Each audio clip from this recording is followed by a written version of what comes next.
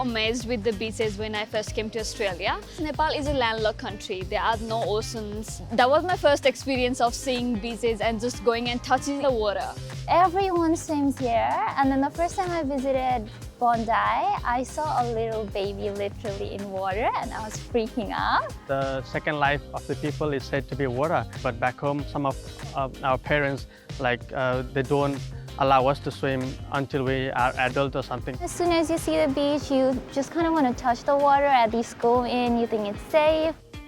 I think it is important for international students to adapt to the water culture in Australia because it is very different from where we are from. And this means that there are also different dangers and different types of risks. These international students might come out to Australia, they're really excited to get involved in our culture, which is very much around water, but they don't necessarily know their abilities and the dangers that are around our waterways. So we do have a lot of amazing aquatic environments in Australia, whether it's pools or beaches or ocean pools, but it is really important to exercise caution in those areas. Even if you're on holiday and you're having fun and you think it's pretty safe, to make sure that you stay within your ability, because they can become quite dangerous quite quickly.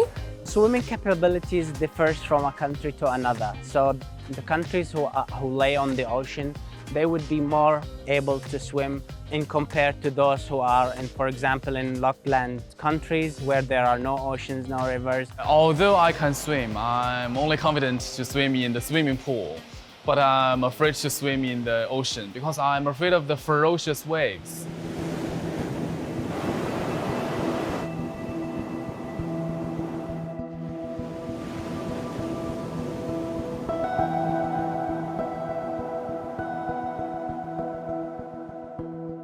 In Nepalese community, when they come to Australia, most of I would say the boys, they get so excited and they would probably just jump to the water.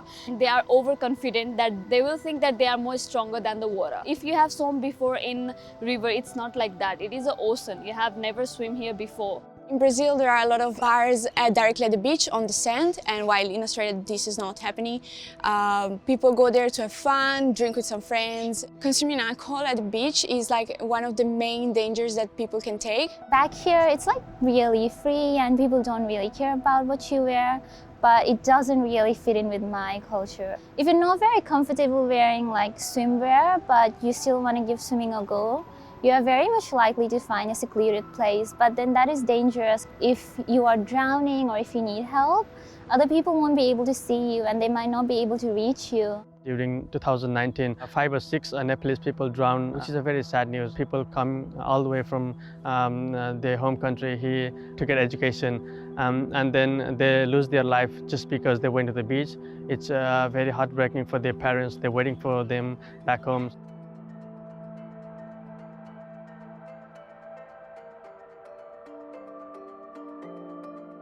Being able to navigate the surf is a pretty difficult thing that takes a while to learn. Through Surf Life Saving, we start teaching kids from the age of 6 in nippers, so it takes a long time to gather the skills to really keep your strength and keep your positioning. So some of the main risks involving international students and the Australian beaches is probably the lack of knowledge. International students probably do not have a strong concept of how dangerous the Australian beaches can be.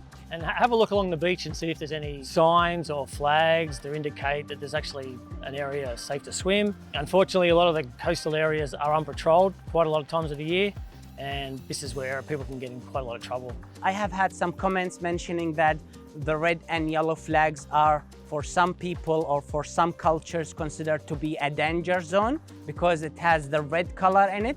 We want to tell the international student that red and yellow flags is not considered to be a dangerous zone. It actually has been designated for you to come and enjoy a safe experience at the beach. So always look for them. So you'll either have someone wearing a blue shirt like this or a similar kind of blue shirt. That's one of the professional lifeguards. Or the volunteers wear a very obvious looking red and yellow shirt and often have a red and yellow little hat on their head. They're going to be watching the whole time. If you do get into trouble, the easiest thing to do is just to raise your hand like that and then shout for help. The difference between surf in Brazil and surf in Australia is that in Australia the waters are much stronger, and so I thought it was much more dangerous to go swimming in Australia than in Brazil. I think the main risk that people who have never been to the beach before need to be aware of is particularly rips. They can be really fast, really strong. They're typically the deepest part in the break zone as well. White water, running waves, that would often indicate that it's a shallow area, a sandbank, and more often than not, that's quite a safe place to go.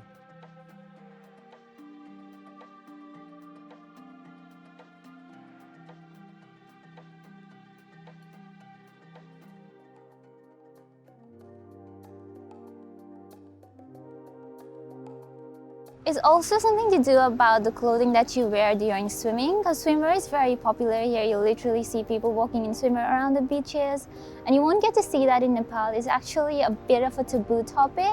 I came to Manly Beach with my mom the other day, and she was so excited as well. That was the first time visiting beach, like with people around. And I just asked my mom, I need to go to swim, I will just change. She was just saying, why don't you wear the same clothes and just go to water? And I don't see like that is my mom's mistake. That is because lack of education. A lot of us need to know that there are a difference between wearing a swimwear and wearing a normal clothes which we wear in everyday life. Definitely your privacy matters, and then you sort of want to be respectful towards your culture, but you also have to think about your life. Particularly swimming fully clothed is one that we see a lot on patrolled beaches. It's definitely a danger. It makes swimming really hard because it gets really heavy. So for people who come from cultures where swimwear is not as common and they might be tempted to swim in a secluded area or swim fully clothed, there's a lot of dangers that that can pose. There's different types of swimwear available, particularly in Australia, that are designed for all different cultures, particularly the burkini, which was invented in Bankstown in Sydney. There's definitely a lot of options for people. For those who are thinking about going to a rock pool, there's many things that they should be taken in consideration. The swell does play a huge role in the rock pools and the ocean pools. Sometimes the waves that might not look overly large can really crash against the side of the rock pool that can flood the main walkway. When people go swimming in an ocean pool, it is important, I think, to think about the depth of the swimming pool, because sometimes you cannot really have the right perception, and also the waves, because they can affect, of course, the water inside the pool.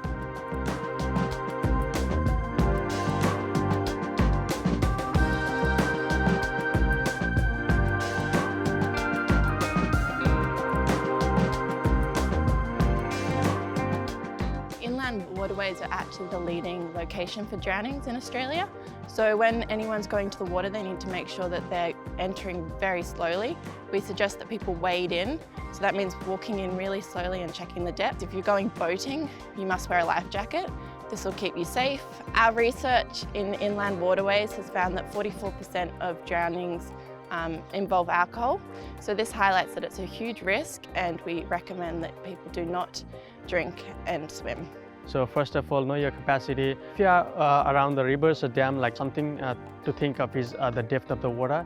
Like you don't know how depth is the water, so it's always things to consider. And then there could be some rocks, so you could hit on the rocks and get injured. It's always a good idea to enter the dam and river from the bank rather than jumping around, and then moving slowly at your comfortable pace. And always go with your friend to swim, so they can watch out for you and you can watch out for them. We also recommend that everyone learns CPR in case there is an emergency. You can visit royallifesaving.com.au for resources and to enrol in courses where you can learn CPR.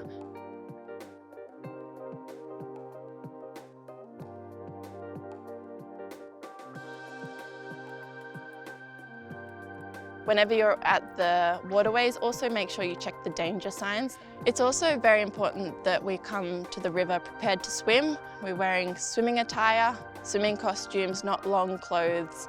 So I recommend that people, before venturing out into rivers, that we maybe enrol in swimming lessons, become familiar with the water in a safe environment where it's lifeguarded before we venture out and try other waterways.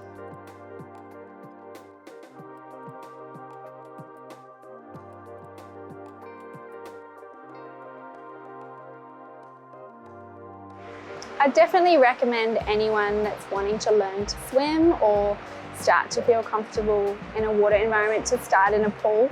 I would definitely recommend coming to a lesson, one of our lessons, or anywhere that has a lesson near where they are. That will just help them kind of have an introduction to water and get over some of those fears. Although I can swim, I'm only confident to swim in the swimming pool, but I'm afraid to swim in the ocean. I feel, the waves can be very, very huge, and once the waves come, it can be really dangerous. But the swimming pool is alright. It's very smooth. I feel much safer to swim in the swimming pool. But I feel safer if I'm in a condition where I can touch the ground. If it is too deep, I need to swim on the side, so where I can touch the handles. In a swimming pool, there will always be the information that you need about being safe. There will normally be stairs or a ramp or a ladder access. And if you're unsure, I would recommend asking a lifeguard or someone when you enter the pool, where's the shallow end or where's the safest area for me to swim if I'm a non-swimmer.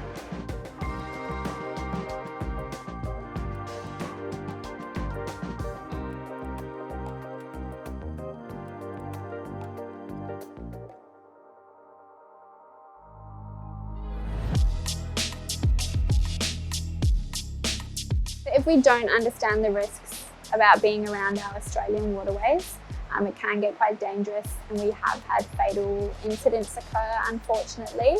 So when serious incidents do happen in the water, whether it's a drowning or missing persons, the police marine rescue do have to get involved. One of the bad parts of our work is body recoveries, and a large percentage of those body recoveries are of international students and international visitors to Australia.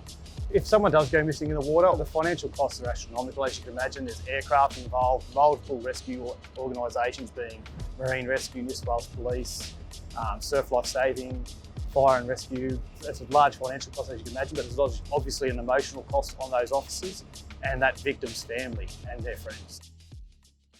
I had this personal experience of me a year ago in Bend Basin that my boyfriend passed away because of he not knowing how to actually swim as well, and then he was just trying to save his friends.